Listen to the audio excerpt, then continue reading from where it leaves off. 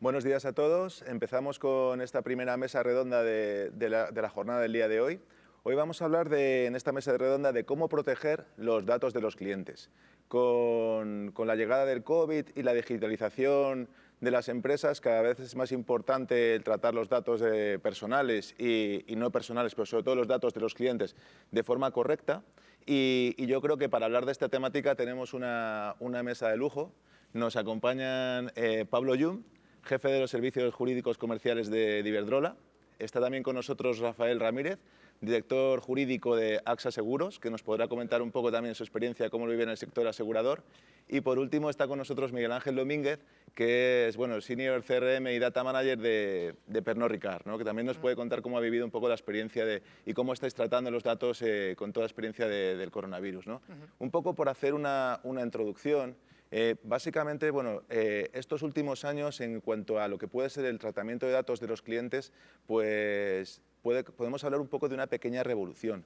En 2018 tuvimos la entrada en vigor del Reglamento General de Protección de Datos en toda la Unión Europea, lo cual ya supuso un primer reto en todos los países de la Unión Europea para el tratamiento de datos personales, puesto que todas las empresas, desde las pymes a medianas empresas o grandes empresas, tuvieron que cambiar sus procesos organizativos a la hora de captar datos personales y a la hora de tratar esos datos. Por supuesto, eso fue un reto. Ya han pasado 2 años desde la entrada en vigor de esta norma. Además, tenemos otras normativas comunitarias, como puede ser la Directiva de Servicios de Pago, la famosa PSD2 también, que va a implicar, pues ahora en diciembre de este año, que tengamos que contar con algún tipo de autenticación reforzada para realizar pagos con los clientes. Entonces, hay varios retos y por si esto fuera poco, pues además, como todos sabéis, pues nos hemos encontrado con una pandemia mundial que ha obligado pues a cambiar los hábitos de las empresas y de consumo, y que nos hemos encontrado con cómo nos podemos enfrentar al tratamiento de los datos personales y cómo cuidarlos, porque cada vez es más importante. Entonces, un poco por iniciar la mesa redonda y empezando por Pablo, yo te quería preguntar, Pablo, ¿cómo habéis vivido en los últimos años, con la entrada en vigor del Reglamento General de Protección de Datos que comentábamos, cómo habéis vivido en vuestra organización en Iberdrola la adecuación a esta normativa? Y si piensas que en general ya estamos en un periodo un poco ya de más tranquilidad o más madurez en cuanto al tratamiento de datos, o cómo se vive en vuestra organización. Sí, sí. Bueno, un poco a la pregunta de la tranquilidad. Yo diría que estamos tranquilos lo que se puede estar tranquilos, ¿no? Quiere decir que seguimos alerta, ¿no? y seguimos aplicándolo, porque efectivamente la aplicación del reglamento, y mira que se publicó con tiempo antes de su entrada en vigor, pero podemos considerar que no concluye ese famoso, ¿no? En el mes de mayo, ¿no? de 2018, sino que es una aplicación continua, y además nos hemos dado cuenta, hemos asumido que no se trata simplemente de un cumplimiento, ¿no? De ir marcando tics, ¿no? De he hecho esto, ¿no? He cumplido esta obligación, lo tengo hecho, mira, tengo mi registro, ¿no? Tengo mis DPOs en el grupo, tengo mis evaluaciones de impacto, todo ese tipo de cosas, ¿no? Sino que te das cuenta que lo verdaderamente importante son esos principios generales, ¿no? que implica el reglamento, ¿no? La responsabilidad proactiva y el enfoque de riesgo. Entonces, cuando ves que no solo a lo mejor los profesionales que estamos más metidos en su implantación, no solo los abogados, también la gente de IT, de seguridad, responsables también de privacy, lo tienen en cuenta, sino que todas las áreas de la casa, ¿no? y en mi caso, siendo una operación comercial, han asumido como propios esos principios, y además no lo hacen simplemente por el cumplir la ley, ¿no? Que por supuesto que sí, sino porque se dan cuenta que eso va a producir un valor adicional en la compañía. Se dan cuenta que los consumidores de hoy en día nos van a mirar y nos van a exigir no el cumplimiento de la ley, sino el respeto de sus derechos, ¿no? Del derecho a la privacidad y a que tratemos sus datos correctamente. Con lo cual yo diría que ese es el momento, ¿no? Cuando la obligación ya no se cumple por el hecho de ser obligación, sino porque uno es consciente del beneficio que supone, ¿no? que nos aporta a nosotros, a la organización. Claro, totalmente. Y esto lo enlazo un poco también con la parte de, bueno, la generación de leads cualificados, ¿no? Un poco para comentar un poco con Rafa también de vuestra experiencia como aseguradora. Claro, siempre se produce entre los que somos abogados, ¿no? La parte más, digamos, legalista y luego está pues como el departamento de marketing u otros departamentos que quieren un poco pues generar leads y captar datos porque al fin y al cabo son clientes y hay que contactarles. Entonces, ¿cómo vivís en AXA Seguros cómo compagináis este dilema un poco de, bueno, cumplir con la normativa pero al mismo tiempo procurando captar datos o los que ya tenéis, tratarlos correctamente conforme a la ley? Pues fundamentalmente, y siguiendo un poco con la argumentación de Pablo, la responsabilidad activa de la compañía es fundamental. Cuando vas a coger datos tienes que entender para qué quieres hacerlo, tienes que ver si es una finalidad que es legítima conforme a tu actividad, no ir más allá de lo que realmente sea necesario y basarnos mucho en ese derecho de información previo que ahora se ha establecido con la primera y segunda capa para que la persona que está facilitando sus datos sepa perfectamente cuáles son las ventajas de facilitar esos datos, de cualificar su dato. Cuando son datos de terceros que no han venido a tu casa y que tú no sabes el origen de los mismos, es importante dentro también de esa responsabilidad y de la accountability que tenemos que tener en GDPR, es analizar de dónde proceden, cómo se han recogido, cómo se ha informado. Tenemos que ir un paso más allá que cuando teníamos la LOPD, en el que a través de un contrato regulábamos una compra de bases de datos. Ahora tenemos que ver cómo ha recogido los datos ese tercero, saber cómo informó a los clientes para estar tranquilos en todo el tratamiento y no tener ninguna falla que tiene los problemas de sanciones tan importantes que establece el GDPR. Claro, totalmente, totalmente. Y dentro de todo este panorama, además del tema legal, pues luego está un poco la tecnología, ¿no? Que en el tratamiento de datos pues cada vez se van aplicando distintas capas de tecnología, lo que pueden ser, por ejemplo, CRMs o plataformas que permiten segmentar los datos o lo que pueden ser también asistentes virtuales, ¿no? Entonces, entrando un poco ya en la temática de asistentes virtuales, quería preguntarle a Miguel Ángel cómo veis esta temática, porque al fin y al cabo lo que se busca es pues, un trato lo más personalizado, ¿no?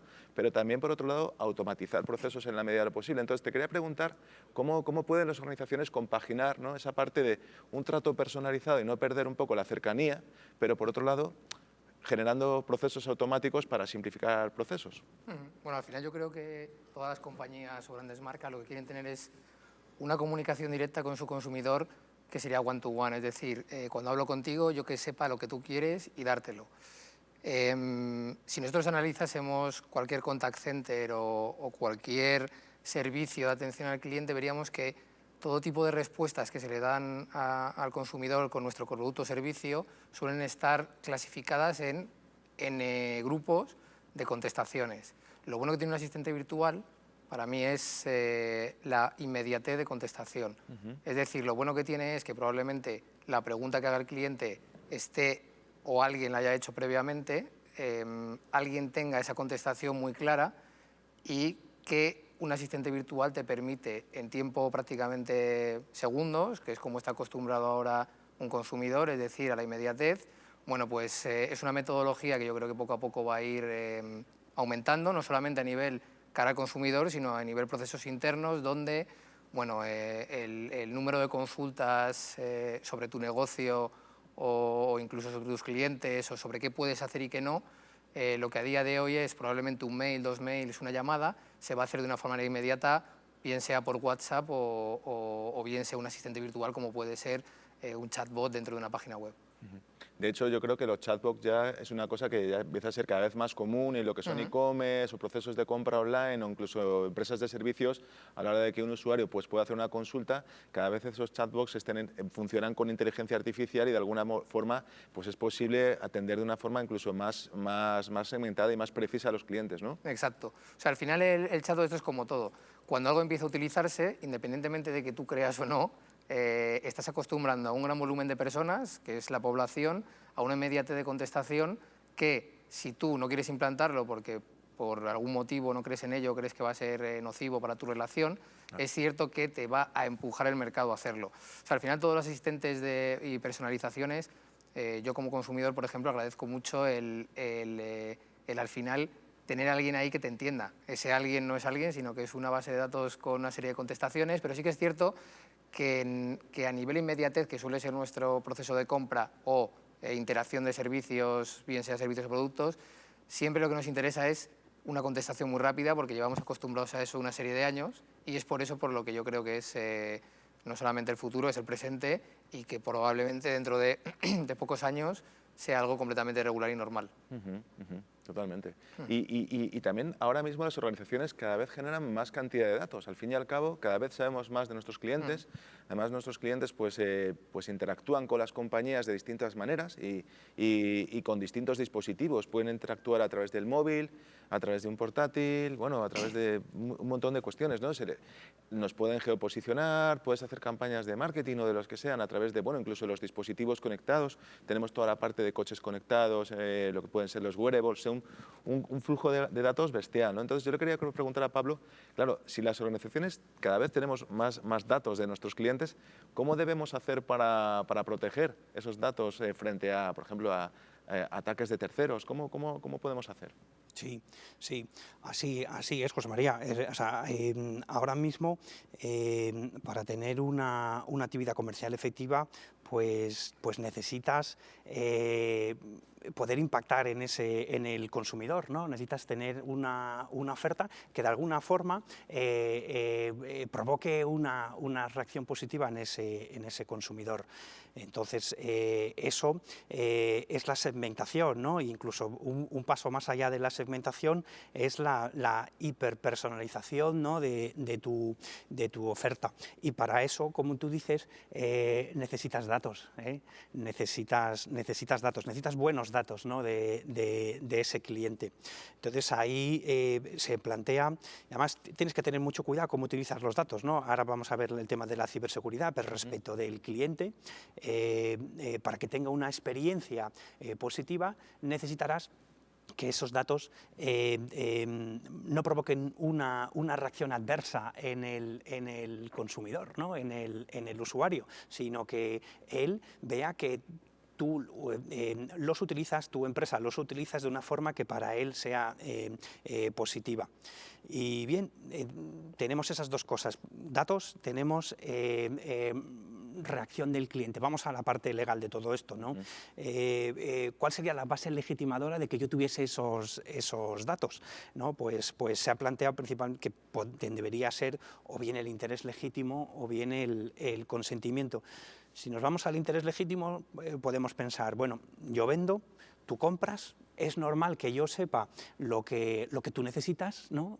O lo que tú puedes querer para yo ofrecerlo. Soy un buen comercial está atento, ¿no? de las señales que le manda el cliente y le sugiere o le va conduciendo dentro de su camino de compra.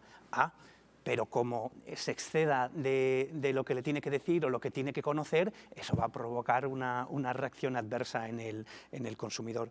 Bueno, pues el interés legítimo está bien, ¿no? Lo que pasa es que han pasado dos cosas, ¿no? Ha habido abusos, ¿no? Y se considera intromisivo, ¿no?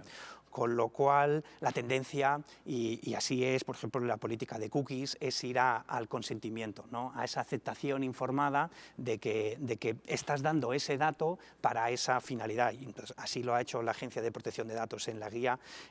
Todavía no se ha desarrollado el reglamento de privacy, pero va en ese sentido de tener ese consentimiento por capas, por paneles. ¿Y qué es lo que implica? Pues implica que si vas a tener esos datos deberías tener, como han dicho los compañeros, ¿no? Solo los datos estrictamente necesarios para lo que vas a hacer, el tiempo necesario, ¿no?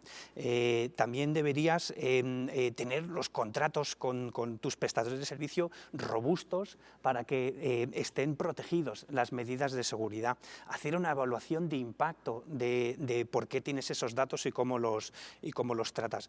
Y sobre todo, y eso nos afecta mucho pues, a los abogados, ¿no? Es estar muy al día de lo que es tanto la regulación como ese soft law, ¿no? que va cambiando en esas decisiones de los organismos reguladores, pues que van cambiando matices, pequeños matices, pero que hacen un cambio importante, ¿no? En cómo tratas los datos. Claro, sí, ahí has dicho yo creo dos cosas que son muy interesantes, porque por un lado está que yo cuando, por ejemplo, doy clases y pregunto a los alumnos en alguna escuela de negocios, oye, ¿vosotros os leéis la política de privacidad o las políticas? O sea, ¿habéis leído alguna vez una política de privacidad o una política de cookies? Y seguro que si le hago esta pregunta a los asistentes a esta mesa redonda, la mayoría contestaría que no se ha leído una política de privacidad y una política de cookies en la vida, porque realmente a lo mejor como usuarios, y a mí me pasa un poco lo mismo, no lo leemos, pero eso no significa que no tenga importancia, porque un poco lo que estábamos comentando, ¿no, Pablo? Quería comentar también esto con Rafa y con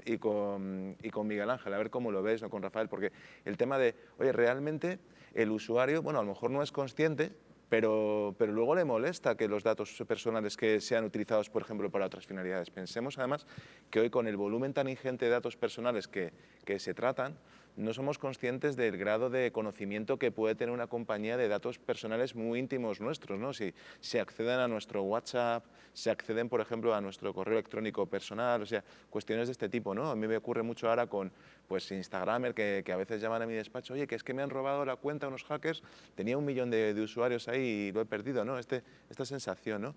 Y lo mismo un poco en cuanto a las medidas de seguridad, ¿no? Quería preguntarles un poco a Rafael y a Miguel Ángel, ¿cómo veis esta parte? Porque a veces la protección de datos se ve como un rollo, como diciendo, oye, vaya rollo de la Unión Europea que nos pone esta normativa, pero quizá a largo plazo a lo mejor puede suponer un beneficio. ¿Cómo veis este tema? Yo creo que es importante explicarle al consumidor final lo que vas a hacer con sus datos y las ventajas que va a obtener. Muchas veces estas políticas de cookies, de privacidad, pues son extensas, no son claras, y ahí es el ejercicio que tenemos que hacer desde los departamentos jurídicos por hacerlo mucho más entendible y hacer entender al cliente cuál es el beneficio. Tenemos herramientas de inteligencia artificial que pueden permitir que un siniestro se gestione en 5 minutos en vez de 5 días. Si el cliente sabe eso, posiblemente acepte el tratamiento de sus datos con esa finalidad y no tendrá ningún problema.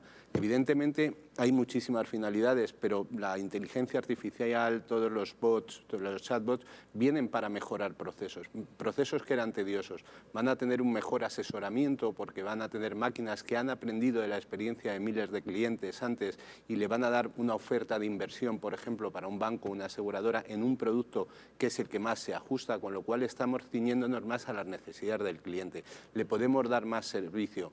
También tenemos la lucha contra el fraude con todas estas herramientas que permitirá que en general bajen las primas o los precios a otros clientes porque habrá menos fraude, será más fácil detectar. Entonces yo creo que el beneficio de todas estas herramientas tenemos que saber transmitírselo a los clientes para que ellos entiendan y luego consientan el tratamiento de esos datos un poco más complejos que lo que vienen acostumbrados en un mundo menos... De hecho, en el sector asegurador, bueno, pues el hecho de poder contar con tecnologías como puede ser la inteligencia artificial, como bien comentas, Rafael, puede permitir que la aseguradora pueda conocer más datos de sus clientes y de alguna forma que se vean beneficiados de alguna manera, porque Exacto. Conocer ese tipo de información puede ayudar desde acortar un siniestro, ¿no? Los plazos de atención de un siniestro, o hasta poder conocer determinadas cuestiones que puedan incluso rebajar la prima del seguro, por ejemplo, en un seguro de automóvil, ¿no? ¿Esto cómo lo estáis viviendo en AXA? Me interesa un poco que nos cuentes. Pues sabemos que estamos trabajando en ello, ya tenemos en alguno de nuestros procesos implementadas estas herramientas porque hemos visto las ventajas que da. El asesoramiento para productos de inversión se puede hacer mucho mejor con un chatbot que con una persona física. Te va a dar unas opciones de inversión mucho más ajustadas y además de una forma más sencilla. El sector asegurador está cambiando, la Mutua tiene un chatbot para atender a sus clientes y va aprendiendo de las preguntas que van haciendo los propios clientes y soluciona en un porcentaje muy alto esas dudas. Ya no tienes que llamar al 902, ya no tienes que estar esperando una llamada, sino que a través de tu ordenador vas a tener un asistente virtual que te va a ir resolviendo todos esos asuntos y a veces sin la necesidad de hablar con ellos. Los coches tendrán ya dispositivos que permitirán decir cuándo has tenido un accidente, qué le pasa al coche porque tendrá una diagnosis de ese propio vehículo, cerrará la cita del taller en el minuto 2 del accidente de tráfico y acortarás mucho los plazos y la persona podrá disponer de su vehículo mucho antes, con lo cual yo creo que todos son ventajas que debemos meter en nuestros procesos diarios para facilitar un servicio mejor al cliente. Totalmente. Y bueno, pues hablando un poco también del Black Friday, ¿no? Mañana es el Black Friday. Yo creo que ya muchas compañías lo anticipan y ya no solo consiste en un solo día, sino que ya durante varios días pues ya tienen ofertas y lo van alargando cada vez más ese Black Friday porque es una oportunidad para generar ventas. Luego tenemos el Cyber Monday. Entonces, te quería preguntar comentar, Miguel Ángel, también desde Pernod Ricard y desde el tratamiento del dato en un CRM o en lo que es la gestión de cómo enfocáis el tratamiento de esos datos en un periodo, por ejemplo, de potenciamiento de ventas como puede ser un Black Friday? Vale, al final Black Friday lo que tiene como, para mí es una fecha hito dentro de la seguridad, porque suele haber un abuso de comunicaciones por todas las marcas hacia un mismo consumidor de varias fuentes, que llega en un momento muy concreto y que es donde puede generar un poco más de, oye, ¿por qué me están llegando tantos mails, X comunicaciones? Al final yo creo que la seguridad es algo que justo se hace cuando a nadie le importa para los momentos en los que importa. Es decir, tú puedes no haber continuado seguido la GDPR y haber seguido con tu base de datos llevándola de forma no completamente legal, y durante muchos meses no notar absolutamente nada, ni ningún tipo de problemas, etcétera, etcétera. Nosotros con Black Friday, que creo que es un momento en el que la marca tiene que poner valor a la percepción que tiene en el mercado, es decir, Black Friday igual, precio más bajo. Entonces ahí es donde juegas si tu marca realmente ha sido capaz de construirla bien o no. Yo creo que Black Friday es un buen momento para descubrirlo a ti mismo. Pero sí que es cierto que es, como decía antes, uno de los momentos clave donde tienes que tener la casa bien barrida y limpia, porque son momentos de mucho volumen, repito, y son momentos en los que cuando a alguien le puede sentar mal, por llamarlo de alguna manera, cuando de repente diga, oye, esta marca, ¿por qué me está comunicando? Bueno, pues es algo que creo que es clave tenerlo todo bien hecho. Al final, todo lo que estabais hablando sobre el tema de la doble capa de legalidad, sobre las cookies, efectivamente le importa a muy poca gente, es un tema que mucha gente ni lo entiende, por desgracia, pero sí que es cierto que en estos momentos es cuando a las compañías más favor les hace el tenerlo, puesto que en caso de cualquier tipo de comunicación negativa hacia la empresa, siempre vas a tener una capa de legalidad cumplida que te permite esa comunicación. Es decir, para mí los grandes hitos, como son Navidad, Black Friday, etcétera, etcétera, más allá de la promoción, que ahí cada uno en su mercado tiene la suya con un abanico según lo que quiera demostrar a su propia marca, más allá de todo eso hay que tener en cuenta lo que es el consumidor.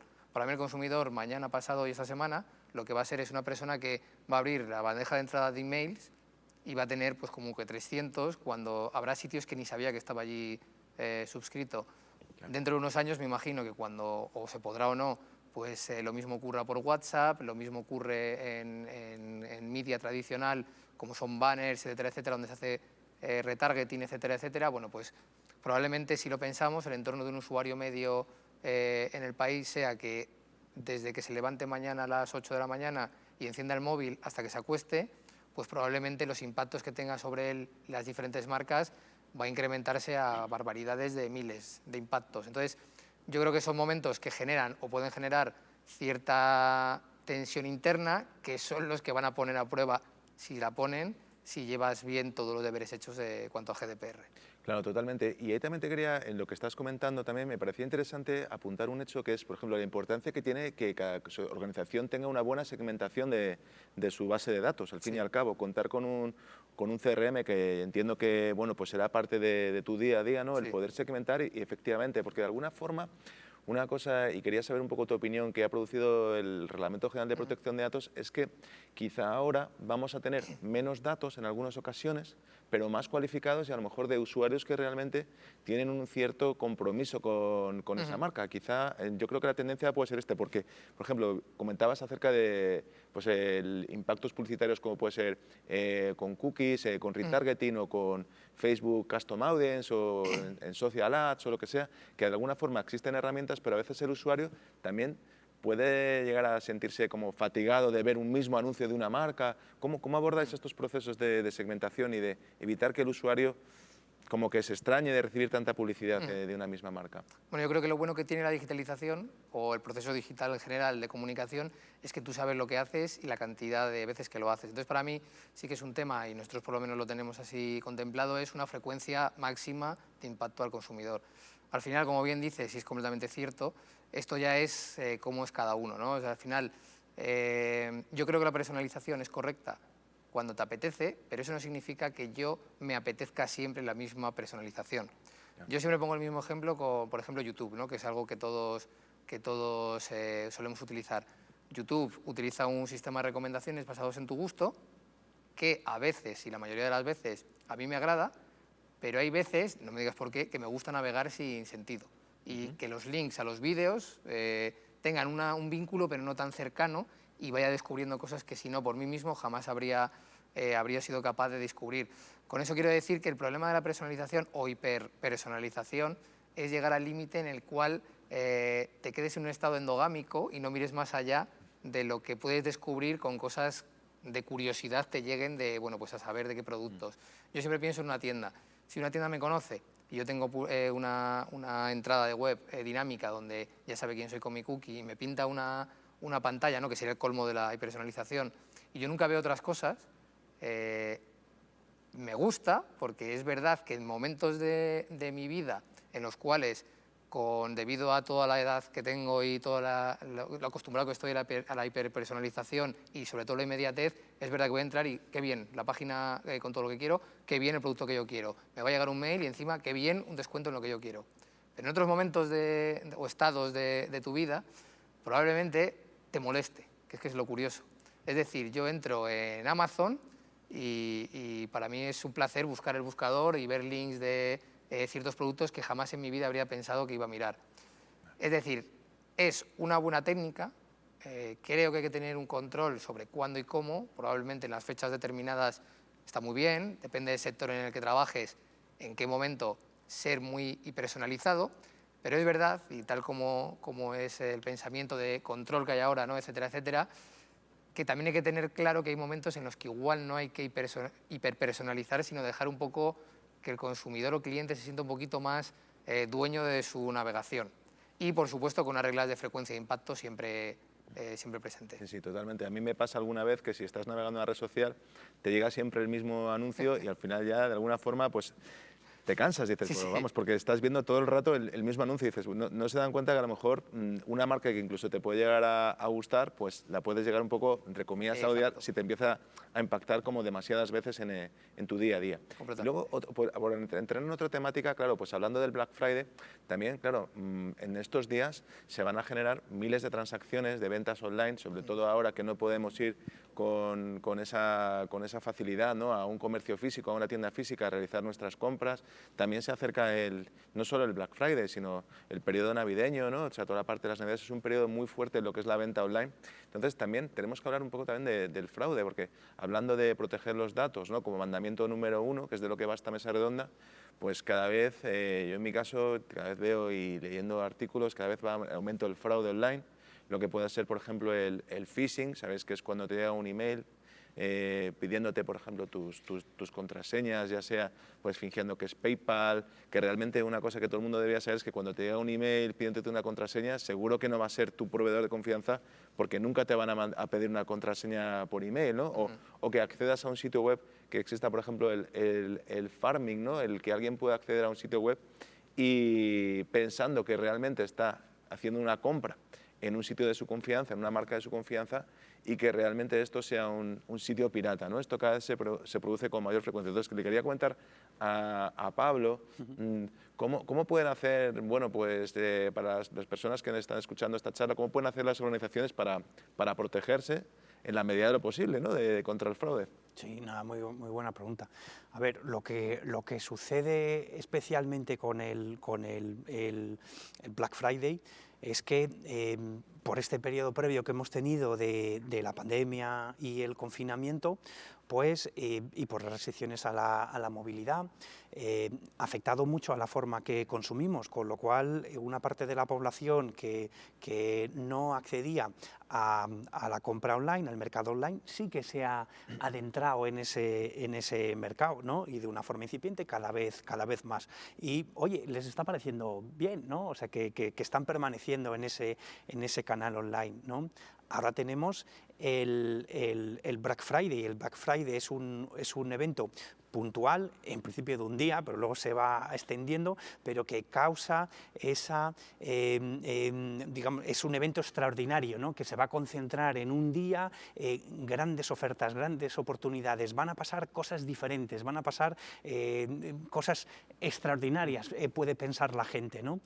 Entonces, esto verdaderamente tiene un riesgo, ¿no? Porque si tú te pones a lo que tú has comentado del phishing, ¿no?, un hacker lo que quiere es hacer es dar una apariencia de normalidad para, digamos, hacerse con esos datos o provocar una compra pues ilegítima con un pago donde no debe, con lo cual que los consumidores estén pensando que van a pasar cosas diferentes es precisamente lo que mejor le viene al hacker, ¿no? Para hacer esas páginas ilegítimas en las que aparentemente con ofertas irresistibles y además con un contador de tiempo, tienes que hacerlo ya porque se acaba el tiempo, o esta es la oferta extraordinaria que solo te mandamos a ti. Entonces eso es buenísimo, ¿no? para un ciberdelincuente. ¿Qué pueden hacer las empresas? Pues un poco lo que tú has comentado de la concienciación. O sea, posiblemente esto no tiene por qué afectar a los sistemas de las empresas, puede ser fuera de ellos, ¿no? Bueno, hay cuestiones estas del typo squatting, ¿no? Cuando pones un nombre parecido y te metes en la página y aparentemente crees que estás en la página buena, pero no lo es, ¿no? Y pones, ¿no? Entonces hay que tener pues especial cuidado en este momento. Y bueno, pues hay recomendaciones, ¿no? Que están por ahí disponibles, ¿no? Pero que son cuestiones de prudencia del propio usuario, ¿no? en sus transacciones online, ¿no? Pues como tener filtros de páginas web que tienen mala reputación, no tener las contraseñas que salgan de forma automática en los sitios, tener cuidado con las transacciones económicas y controlar su cuenta bancaria, si es posible utilizar tarjetas de débito, ¿no? Cuyo control y a impacto económico esté restringido, y sobre todo tener mucho cuidado con el phishing, ¿no? O sea, tener cuidado en ver que las páginas son legítimas, ver que están redactadas de una forma razonable, que una cosa es ser extraordinario y ser bueno, pero a veces es demasiado bueno para ser real, ¿no? Entonces un poco prudencia digital, que será una habilidad que tendremos que tener todos los consumidores, ¿no? Si ya lo tenemos en nuestro comercio normal, pues los consumidores tendremos que tener esos buenos hábitos de compra online que iremos adquiriendo. Totalmente, Pablo. Yo creo que también es un poco que los consumidores, cuando estamos en nuestro rol de consumidores, fuera de las empresas, que también vayamos conociendo en nuestros hábitos de compra o en las comunicaciones que vamos recibiendo este tipo de cuestiones mínimas de seguridad, ¿no? Como puede ser, por ejemplo, tener una contraseña que sea robusta, no tener las mismas contraseñas para todo, como bien apuntabas, o que cuando recibes un correo electrónico, tomarse unos segundos para darse cuenta de si hay algo que realmente nos puede hacer sospechar que ese correo es un correo que nos están enviando para captar datos. Eso yo creo que es fundamental, ¿no? Y también, hablando de ciberseguridad, quería preguntarle a Rafael si consideras, por ejemplo, pues claro, hablando de todo lo que es el fraude y esto, claro, las organizaciones a veces, pues la inversión en ciberseguridad,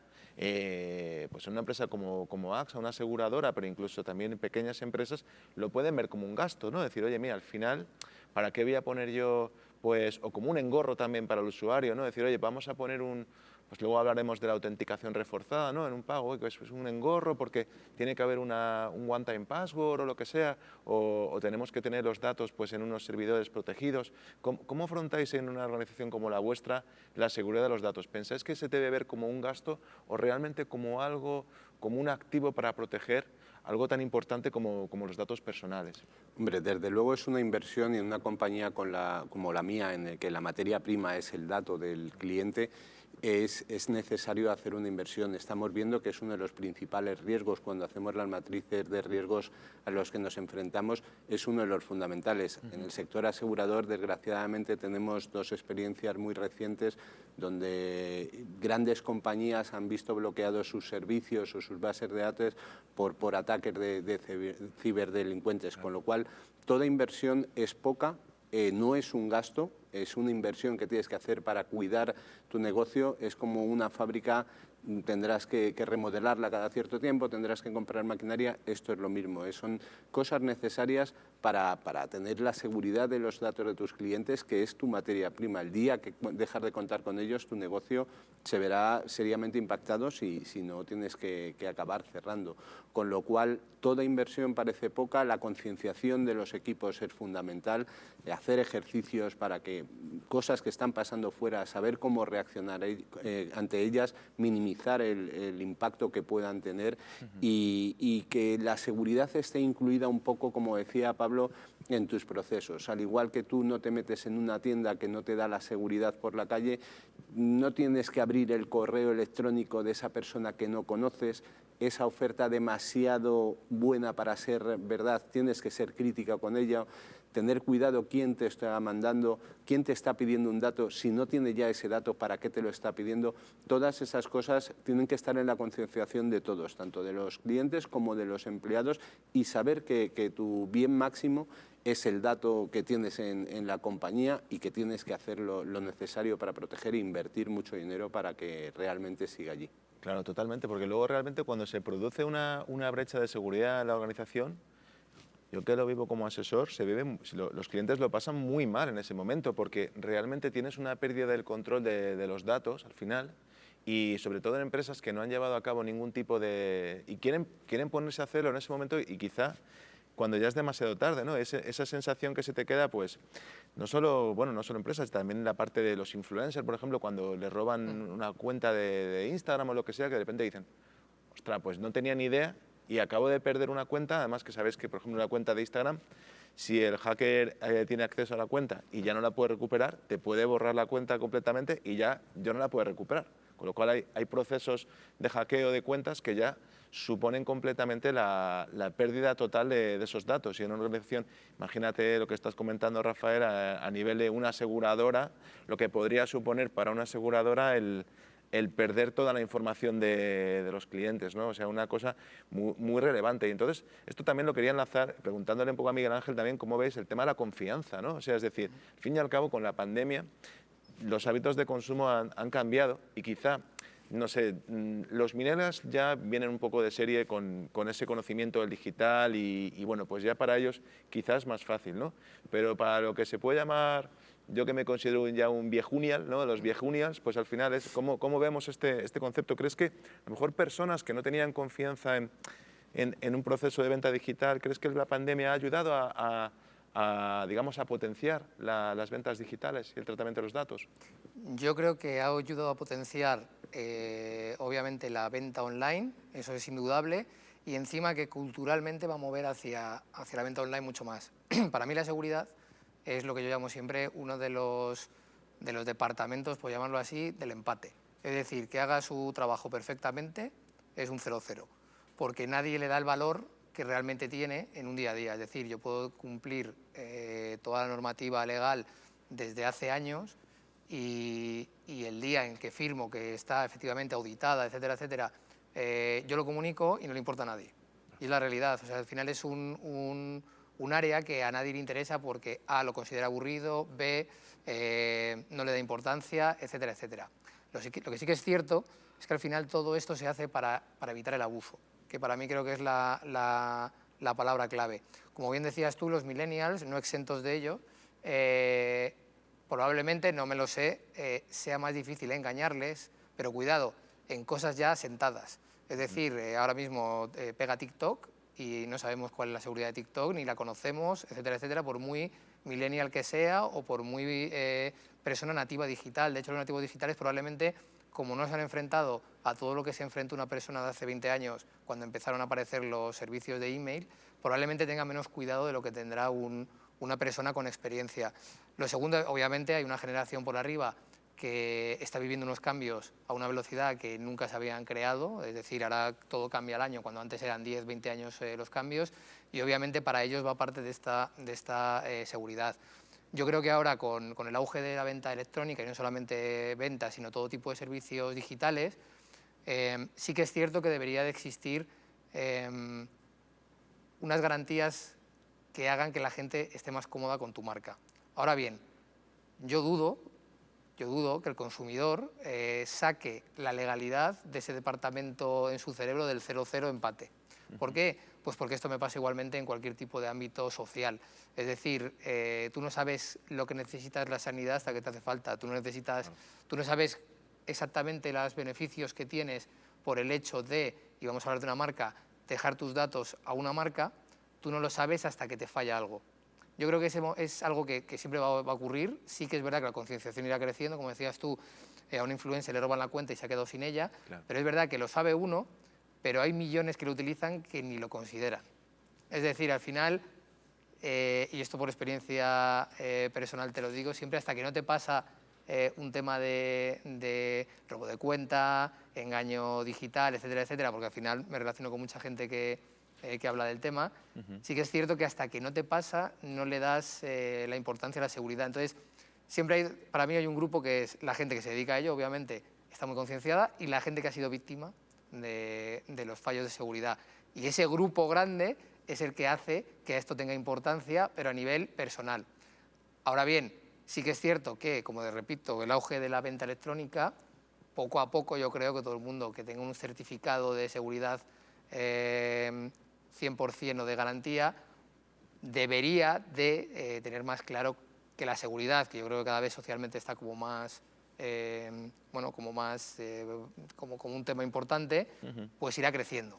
Ahora bien, siempre va a ser algo un poco más lateral, porque a la gente no es un tema que le interese, no es un tema que le dé una importancia clave, pero sí que es cierto que, bueno, yo creo que cada día, como todo el mundo ahora mismo estamos hiperconectados y vemos noticias de las supermultas que hay por ahí rondando, pues yo creo que sí que es cierto que poco a poco irá creciendo como uno de los skills a la hora de comunicarte con tu consumidor. Oye, que mi marca, dejas tu dato, pero oye, 100% garantía de que está seguro. Sí, quizá por ahí también, hablando de lo que estás comentando, que es muy relevante la parte de seguridad también, de que el regulador, de alguna forma, ayude a los consumidores a obligar, de alguna forma, entre comillas, obligar, a que las organizaciones también o los medios de pago se adapten a los nuevos tiempos. Y, por ejemplo, tenemos aquí, por ejemplo, el ejemplo de la autenticación reforzada, ¿no? La obligación que va a traer, bueno, que va a entrar en vigor ahora en diciembre, ¿no? Del tener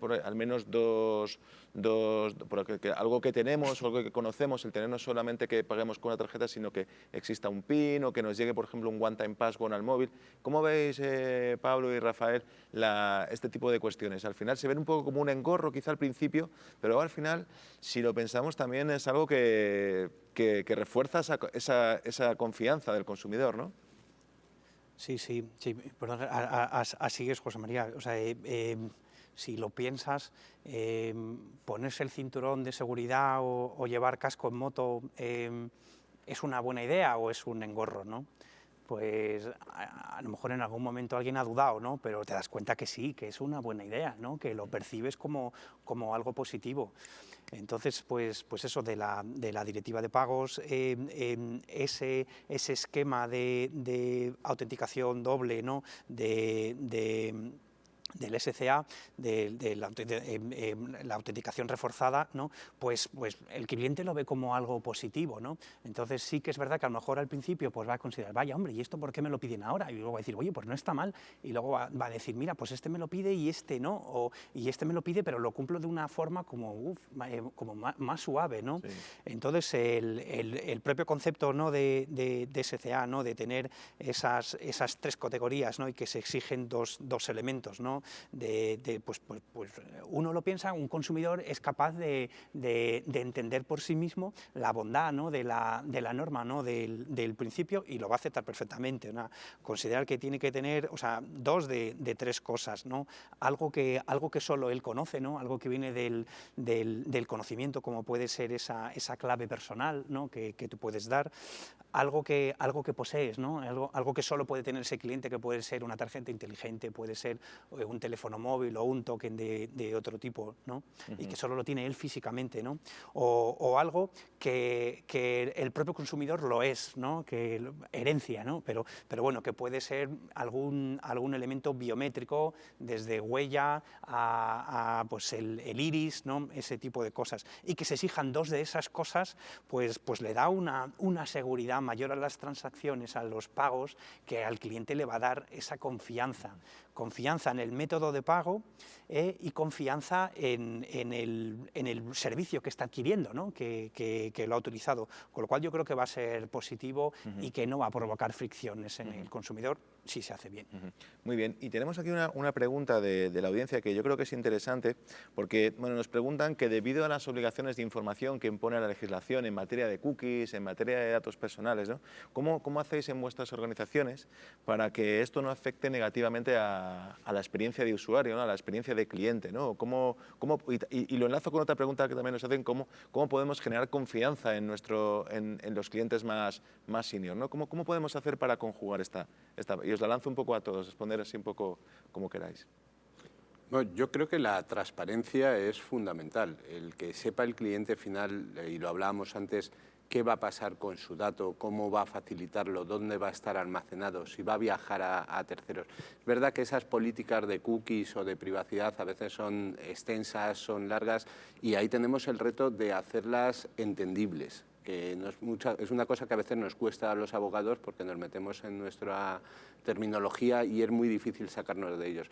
Pero realmente es una ventaja competitiva a la persona que consiga o la empresa que consiga transmitir a su cliente qué va a pasar con sus datos de una forma sencilla, intentar no complicar esas, o por lo menos esas primeras capas, dar mucho más detalle en la segunda capa y que esté accesible en todo momento a los clientes, es fundamental. La figura del DPO tienen que conocerlas, que hay una persona que es valedora de los derechos, de la privacidad de los clientes y que esa persona en cada proceso tiene en cuenta eso antes de tomar una decisión. Todo eso es una labor que tenemos que hacer las entidades, transmitírsela a los clientes para que ellos confíen realmente en facilitar datos o cookies o cualquier tipo de elemento que nos permita identificarlos o clasificarlos. Sí, incluso yo creo que, Miguel Ángel, se puede hacer algo como divertido, ¿no? Entre comillas, o sea, por lo menos transparente, ¿no? Que a lo mejor los textos ya no sean tan aburridos o que de alguna forma se saquen fuera parte de los textos para que el usuario pues tenga una mayor confianza en cuanto a que el tratamiento de datos va a ser transparente, que no se van a utilizar para otras finalidades, ¿no? ¿Cómo ves este punto de vista? O sea, yo creo que al final el usuario al final nos solemos cerrar mucho en el tema de qué le gusta, cuáles sus preferencias, el origen del dato, etcétera, etcétera. Y como bien decía antes, creo que también es importante saber en qué momento está el consumidor usuario, que obviamente es un dato que se puede obtener y es un dato que se puede deducir de cómo se comporta.